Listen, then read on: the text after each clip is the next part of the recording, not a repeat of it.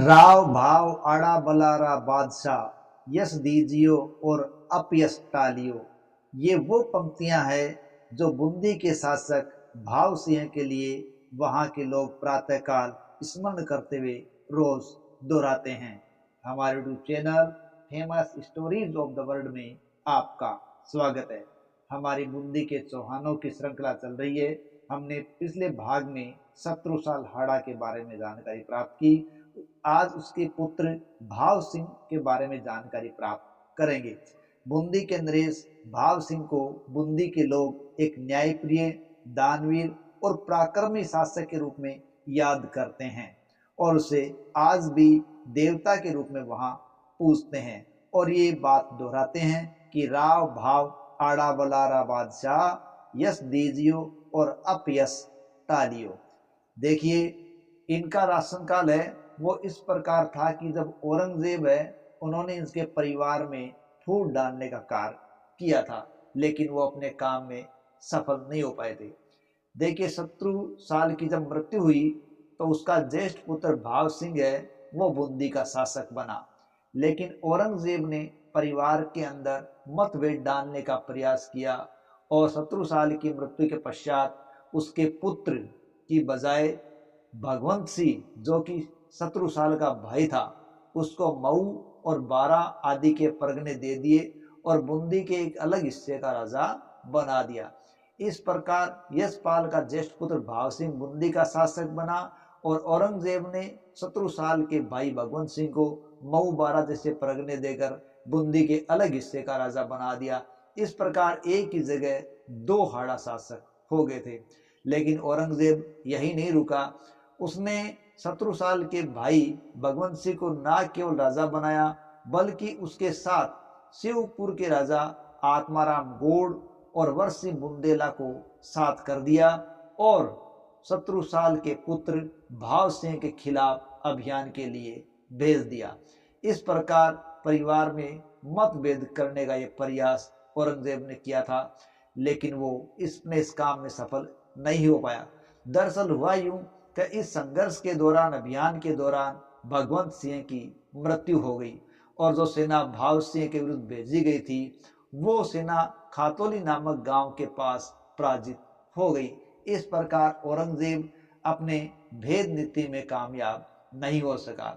तब उसने क्या किया, भाव सिंह को 1658 ईस्वी के अंदर आगरा बुला लिया और उसको 3000 जात और 2000 सवार के मनसब दिए। इसके अलावा डंका, झंडा व बूंदी की जागीर भी उसको दे दी और उसको सम्मानित किया। इसी के साथ साथ उसने भाव सिंह की नियुक्ति बागी सुजा के विरुद्ध कर दी। सुजा है वो इस वक्त बागी था और उसके खिलाफ उसने भाव सिंह को लगा दिया था। प्रयाग के पास होने वाले युद्ध में उसको शाही तोपखाने का अधिकारी भी औरंगजेब के द्वारा बना दिया गया था। लेकिन 1660 ईस्वी के अंदर चाकण का घेरा डाला गया। उस वक्त बात कुछ और थी। चाकण के घेरे में मिर्जा राजा जय सिंह ने चढ़ाई की थी। उस शाही फौज में भाव सिंह भी सम्मिलित था। देखिए, चाकण का ये घेरा 1660 का है। 1660 ईस्वी में चाकण की लड़ाई महाराष्ट्र के चाकण में हुई थी। इसमें मुगल सेना शाइस्ता खान के नेतृत्व में गई थी और उसके सामने मराठा सेना थी। ये मराठा सेना फिरंगोजी नरसला के नेतृत्व में आई थी। चाकण के घेरे में शाइस्ता खान के नेतृत्व वाली मुगल सेना की जीत हो गई और मराठा कमांडर फिरंगोजी को आत्मसमर्पण करना पड़ा था। और इस संघर्ष में भाव सिंह ने भी अपने अदम्य साहस का परिचय दिया था।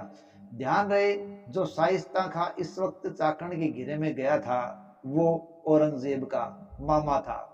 इसी दक्षिणी भारत के अंदर ही भाव सिंह ने औरंगाबाद के निकट एक गांव भावपुरा नाम से बताया था और जो गांव भावपुरा बसाया था वहीं पर बताया जाता है कि विक्रम संवत 1738 को इनका देहांत हो गया था। इनके शासनकाल के अंदर औरंगजेब ने केशव राय पाटन के मंदिर को तोड़ने के लिए सेना भेजी थी, लेकिन किशन सिंह हाड़ा के नेतृत्व में गई बूंदी की सेना ने औरंगजेब की सेना को पराजित कर दिया और उन्होंने मंदिर की रक्षा की थी। इस प्रकार से वो औरंगजेब पर भारी पड़ा था और बूंदी में वो एक न्यायप्रिय शासक के रूप में हमेशा याद किया जाता रहेगा और बूंदी के लोग इनको न्याय के देवता के रूप में आज भी पूजते हैं। तो इस प्रकार ये माना जाता है कि बूंदी की जनता के दिलों में ये आज भी जीवित है। इनके द्वारा बताया जाता है कि और भी कई इमारतें बनवाई गई थी और कई गांव बसाए गए थे। इस प्रकार बूंदी के इस न्यायप्रिय शासक को आज भी प्रजा याद करते हुए राव भाव आड़ा बला रा बादशाह यश दीजियो और अपयश टालियो की गाथा अमर किए हुए है। जय हिंद, जय भारत।